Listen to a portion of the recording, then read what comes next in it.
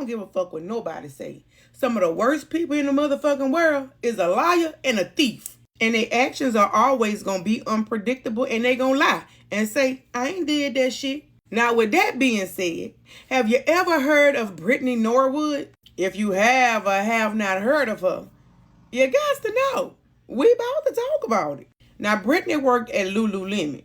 And on the night of March the 11th, 2011, Brittany was closing the store with one of the managers by the name of Miss Jana Murray. Around 9:45, they was wrapping up, locking up the store and leaving out. Now, after Brittany left the fucking store, she called Jana and was like, I forgot my bus pass at work. Can you come and meet me back up there at the fucking job? And Jana did go back up there so that she can go and get her motherfucking bus pass. They went back in the motherfucking store and they never come back out, bitch. Now, the next morning, another manager go to open the motherfucking store, but when she was trying to stick her key in, she noticed the door was already kind of open. So she pushed the door all the way open, and she seen clothes and shit thrown all around the motherfucking store. So she got scared and didn't worry about going up in the store. Instead, she went to this man that was standing at the Apple store next door to them and said, can you come and help me? Why the fuck she ain't called 911? I don't know. So he agreed to help her, and he go walk his big bold ass up in the motherfucking store, all right? Now, as he walking through this motherfucking store, he hearing this moaning noise. So he finally gets to where the moaning noise was, and he find Brittany. She been tied up, and somebody done beat her. Now, he keep making his way through the store, and he find Jana. Sadly, when he found Jana, she was already deceased. But since Brittany was still alive, they rushed her to the hospital. And we all know the police followed her right on up there to ask her what in the fuck happened. Now, Brittany's story is when they went back into the store to go and get her bus pass, two men came in behind them with masks on. She said the men beat them and actually assaulted them. Pay attention and stay with me. Now, the police on a full investigation now. And shortly after the investigation started, bitch, they find Jana's car just about 3 blocks down from where Lululemon store was. Now, what I really don't understand is how the fuck Lululemon got $80 pants, bitch, and don't have no motherfucking cameras in their store. But don't worry, bitch, because you know Apple gonna have them some motherfucking cameras, bitch, in and outside of their motherfucking store. Now, when the police got the camera footage from the Apple store, they did notice that it was 2 men standing outside that night in front of Lululemon door. Police was able to identify the men, bring them in to be questioned, and they was just like, we don't know nothing about what you're talking about. We work at a restaurant behind Lululemon as busboy. Police was able to verify that, and they was let off the hook. Now, as the investigation is continuing, of course, the autopsy report come in. Jana had 331 injuries to her motherfucking body. She had been strangled, and she had 107 defensive wounds on her. The majority of her injuries was to her motherfucking head. It was said that Jana was beaten with objects from a toolbox that was inside of the store. Now, bitch, hold on. It was shit out of toolbox. Who the fuck know the toolbox is back there? And Jana had 107 defensive wounds. Oh, bitch, you wasn't gonna take her out without a fucking fight.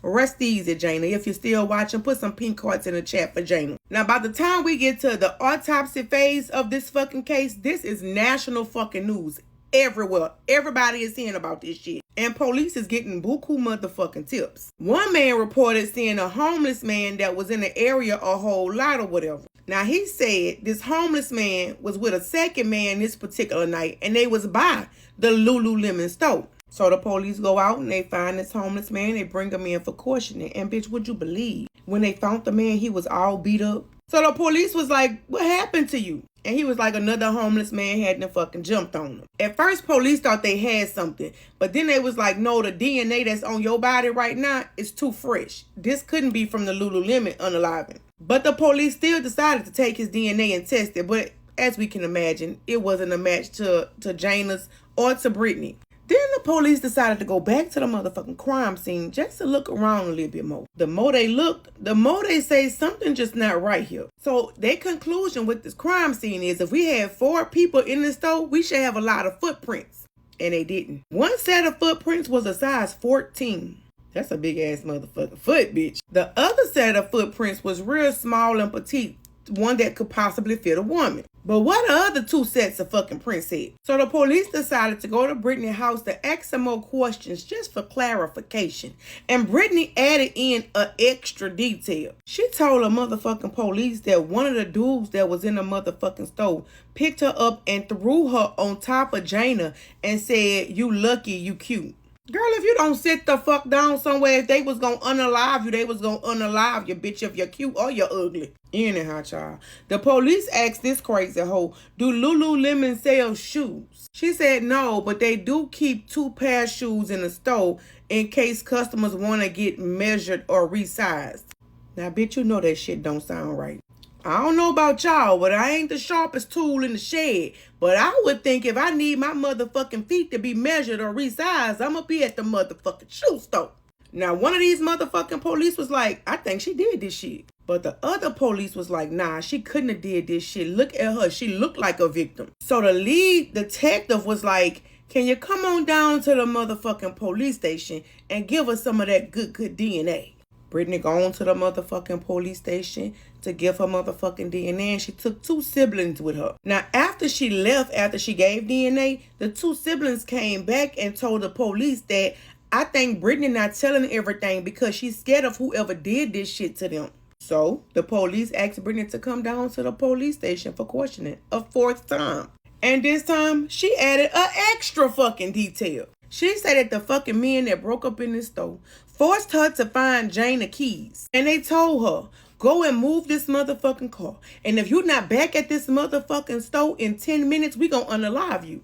Police had enough of her and her motherfucking bullshit. They was like, "We know you lying. On top of us knowing you fucking lying, the actual assault kit hadn't came back and neither one of y'all had been violated." Now, one of Brittany's siblings that had came up there with her asked the police, "Can I just talk to my sister privately for a minute?" They say the sibling noticed that something just wasn't quite right. Now, y'all know if they're in a motherfucking interrogation room, you could think you speaking in private all the fuck you want, but them cameras is on and recording at all motherfucking times, bitch. So her sibling asked her, "Brittany, you did this shit?" Brittany was like, "I don't want to talk about that while I'm here." Needless to say, Brittany was charged with unaliving Jana. Now, as for what really fucking happened, bitch, let's go. Brittany and Jana was really closing the store up on the night of March the 11th, 2011. But in the retail world, very often, you have to check each other's bags before you leave out the store just to make sure ain't nobody stealing nothing. When Jana checked Brittany's bag, Brittany had a pair of $80 Lululemon tights in her bag. Jana threatened to call upper management.